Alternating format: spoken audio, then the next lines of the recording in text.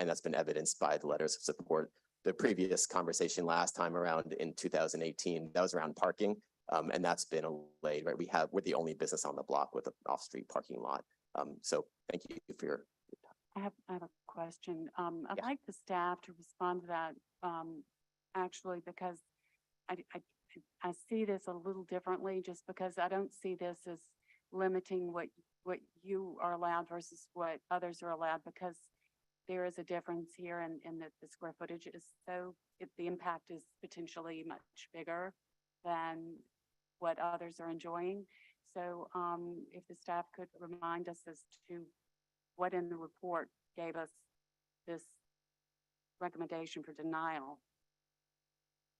Sure. So what's being sought are waivers of zoning standards, which have to be considered under the 9 criteria for variances, which kind of get at the concept of, is there a property specific context that basically strict compliance creates a hardship and therefore you need relief in the form of variance. And it's really designed for, say you've got a triangular shaped lot and you've got zoning regulations that assume your lot's a rectangle and you can't get a side yard setback because you've got that triangular piece of land. The idea is that the property itself, the shape of it, is preventing compliance with a zoning regulation.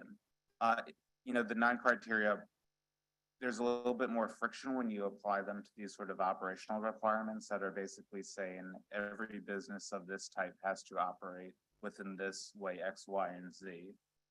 There's not as a matter of the physical character of the property, there's nothing that in the staff's view prevents this facility from being operated within these certain hours or within, or limits the type of performances to only plays or musicals. That may not be functionally doable, as a practical matter, because a business has to have revenue, it has to meet the needs of its customers, etc. But the staff's view is really looking at the physical character of the property itself. And so with that, with that lens, we don't conclude that the 9 criteria are met. I don't know if that answers the question, but that's how we got to the denial recommendation.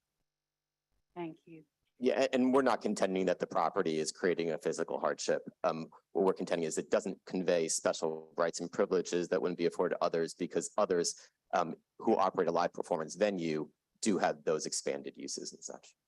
So is it contemplated that you would allow people in after the performance is over, or just the people who are already in-house to purchase alcohol? Or is this all comers after the performance is ended?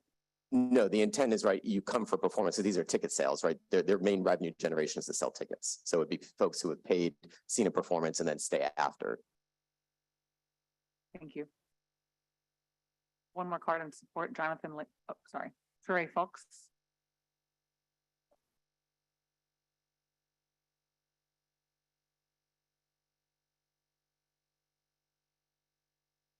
Hello, thank you for seeing us again. My name is Trey Folks. I'm Executive Director of Turning Tables, largely here in support of the ACC.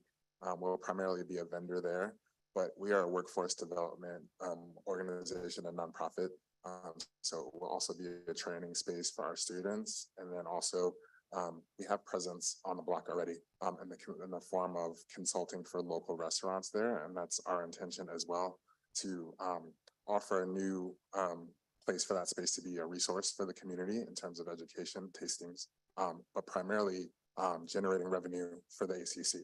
So I think that it's a huge opportunity for them to be in that space on historical Bayou Road, but as well to be overlap for anybody in that community that doesn't have the space that we're already in community with, which includes already ID Snola, as well as Whiskey and Sticks. So we're really looking to be a part of the community.